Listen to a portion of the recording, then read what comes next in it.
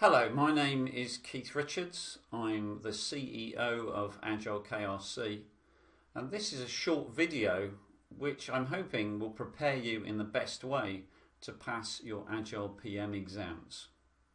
This is a short version of a video. There is a longer version on our website that goes into a lot more detail if you would like to look at that. What I'm going to cover are some of the important points you need to know to give yourself the best possible chance of passing the AgilePM Foundation and AgilePM Practitioner exams. I'll describe the two exams, the areas that they cover, the types of question, how to structure your handbook, and also to go into the harder areas of AgilePM, which is the things you really need to get right to give yourself the best chance during the exam. There's lots of exam tips. And as I say, this is the shorter version of the video, so if it's going a bit quick, just use the pause button. Alternatively, see the more detailed versions at your leisure. So just to introduce myself, Keith Richards, not the real one, CEO of AgileKRC. We do a lot of pioneering thinking, and back in 2006, DSDM was actually going to go out of business. It was going to become extinct. And I led the team of about 30 people that created something that is now known as AgilePM, and it's growing year by year. It's probably the fastest growing project management approach in the Agile domain that's out there in the market at the moment. There are two exams, a foundation exam which is quite simple, 50 questions in 40 minutes, but there's also a practitioner exam.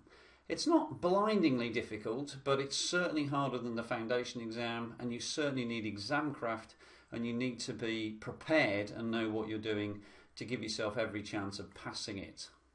The foundation exam is mainly about watching the clock. You do need to carefully read the questions. One tip we always give people here is miss out the difficult questions because some are quite wordy, and come back and catch them later on. Now, in terms of information and documentation, one of the best things you can have for the foundation exam is this pocketbook. It covers just about everything apart from chapter 5 in the main handbook. Now, the correct pocketbook, as there's more than one, is the one with the orange stripe here. Don't use the one with the red stripe. That is a different pocketbook for a different role, but the one with the orange stripe is a very good summary for foundation level knowledge. The practitioner exam is altogether a lot harder. You will need the handbook. There's a scenario booklet, and there's questions that cover the 4 syllabus areas of life cycle and products, people and roles, techniques, planning and control. You could get these questions in different orders, but that's what the handbook is for. You need a lot of detail to get through the practitioner exam that won't be covered in any of the pocketbooks. There are parts of the handbook that are not examined. For example, top tips. They are not examined in the AgilePM practitioner exam. There are 4 types of question in the practitioner exam, and to be honest, this makes the exam a bit harder than it needs to be. Most exams have moved away from these kind of questions, but they are still in the AgilePM practitioner exam. Things like classic multi-choice, they're going to be fine. Pick one from A, B, C or D. But there's multiple response where you actually pick 2 from 5. No half marks there. You've got to get them both right in order to get 1 point for those questions. There's something called column matching, where items in list 1 relate to items in list 2. Again, a little bit time consuming, go careful there. But the thing that annoys some people, I would suggest about maybe 15-20% of people, are what are called assertion reason questions, where you have to evaluate 2 statements and see if they relate to each other. A simple example here is the assertion that Usain Bolt has won 3 gold medals at the Rio Olympics, and the reason for it is that he usually wears a yellow vest. Now, what you need to do in these questions is look at the first thing. Has he won 3 gold medals? Yes, he has. Does he usually wear a yellow vest? Yes, he does. Does one thing relate to the other, though, or are they completely separate statements? Now, in this particular example, the reason doesn't relate to the assertion. And there are 5 options here. And to be honest, it confuses quite a few people. Some people really don't like these. But if you do it in the right way, in the right order, and we go into more detail on the main video, then you should be okay. The 3 steps we recommend are: look at the reason first, is it true or false? Look at the assertion, is it true or false? Then see if they relate to each other, and pick A, B, C, D or E appropriately. It's really essential to tab up your handbook. Speed and not wasting time is one of the biggest factors in the AgilePM Practitioner Exam. If you're up with the clock, you should have every chance of getting through. The classic mistake people make is to run out of time on the 4th question, not necessarily question 4, but the 4th question. This is one of the biggest reasons why people fail AgilePM Practitioner. It's more to do with the clock than their knowledge. So stay on time. This is why you must tab up your book. And next slide, I'm going to show you some suggested tabbing pages, so feel free to pause the video at that point. One big decision you need to make very early is, do I write in the book? The reason for that is because AgilePM Practitioner is open book, but you can only bring in the one book, which is the AgilePM handbook. So do you write in it or not? You need to make that decision before you start your training course. Here are the suggested tabbing pages, so I suggest you pause here, write down those. It's only a guide, do what you think's best, but if you've got a question on the principles, you need to get into that page very quickly. You don't want to waste 20 seconds, 30 seconds just faffing around trying to find the right chapter. The sample paper that's handed out by any training company running the AgilePM exams is quite good. It's regarded as being reasonably typical in terms of difficulty. Perhaps there's a lot of focus on requirements in the sample paper that you may not see in the real exams, but it does give you a flavour of what it's like to take the practitioner exam. From the feedback we get, questions 1 or 2 are seen as easy or the easiest, and question 4 is the hard one. So if you're finding question 4 hard, join the club. The hard areas of AgilePM, and this is where you should focus, and we go into a lot more detail on the main video, is quite simply what we call the big 3.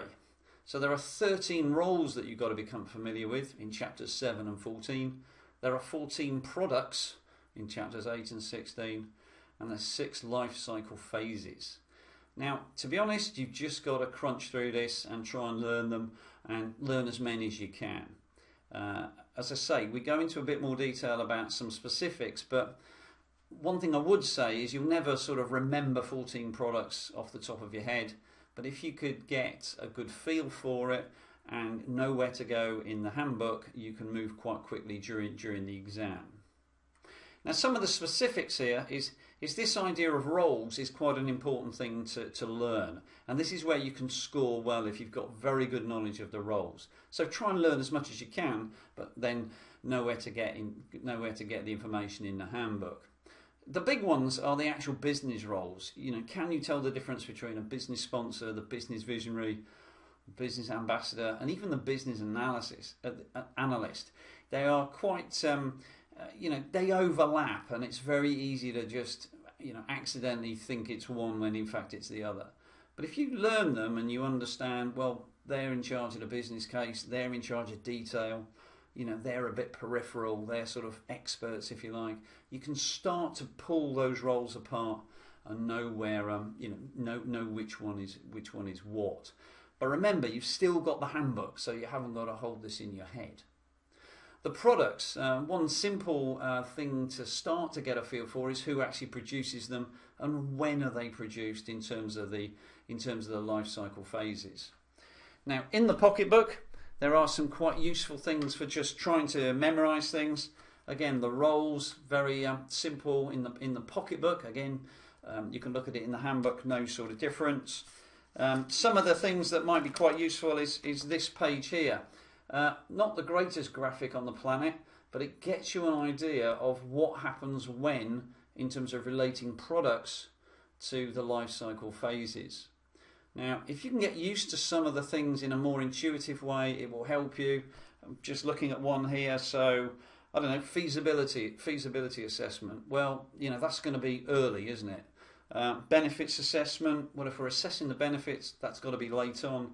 So you can start to get a feel for when these things happen, and it'll start to build your confidence about where things fit. Then you can go and get the detail from the handbook when you need it. Again, things like who produces them, you can't remember that sort of thing, but just make sure you know exactly where to go in the manual. What can the solution development team do and not do? Remember, they're empowered, but they're empowered at the detailed level. They're not empowered to sort of completely re-landscape the whole project. In terms of Moscow, you need to know a bit more than just must, should, could, and sort of won't have this time. It's what's the context? Is this legal? Is this a nice to have? Again, look at Moscow in context. Estimation.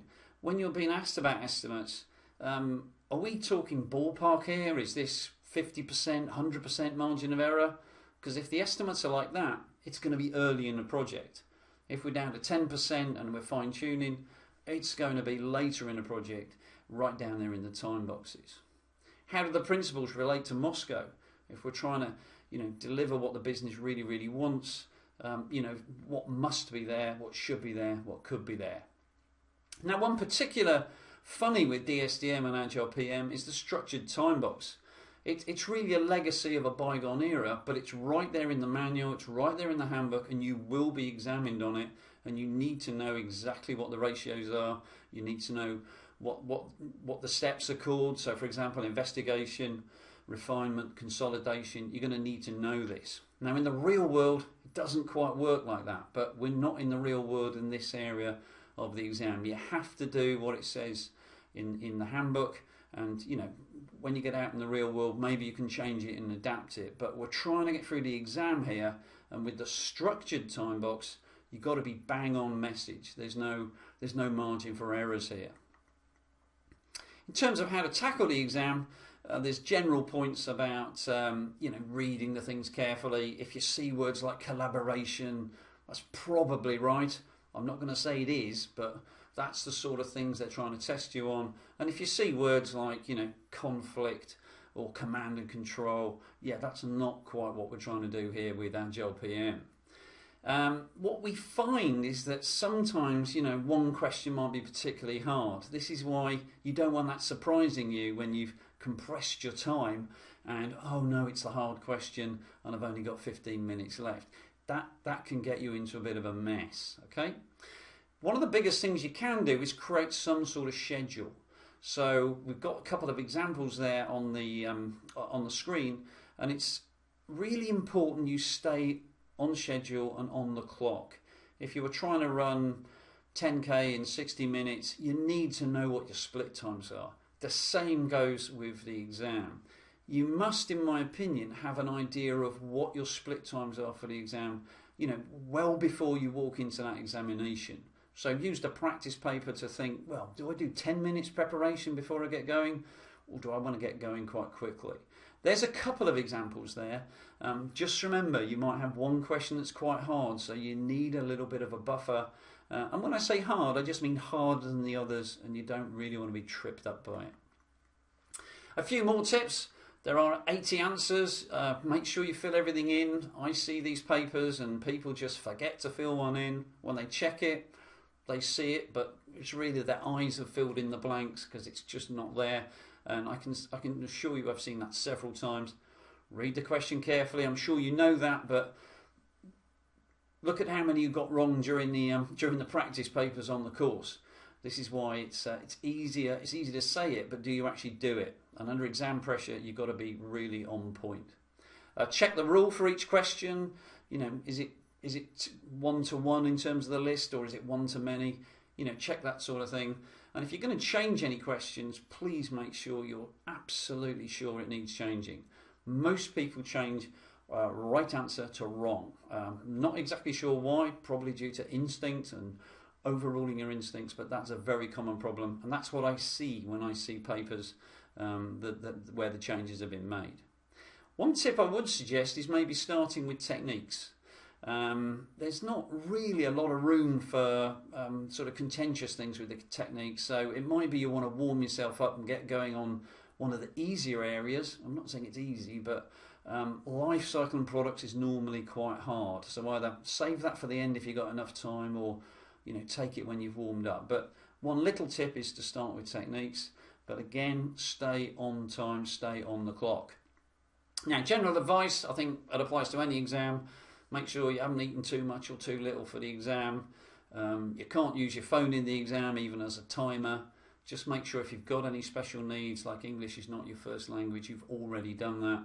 And if you want to bring a mascot in, yeah, fair enough, but I'd rather you spend more time scheduling how you're going to make sure you hit all those checkpoints as you go through the exam.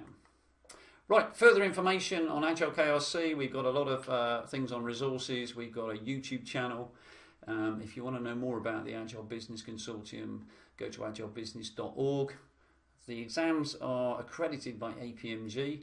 There's their link there. Can't imagine you're going to find much there, but it might be interesting. And we've got a YouTube channel. Now, this is the short version of the video. Hope you found it useful. Really would like to think you'll come to AgileKRC for your training. But either way, good luck with the exam. Hope this has helped. And if it hasn't, or you can see some ways of improving it, please get in touch with that address below. And we'd be very pleased to hear from you. My name's Keith Richards. Bye for now.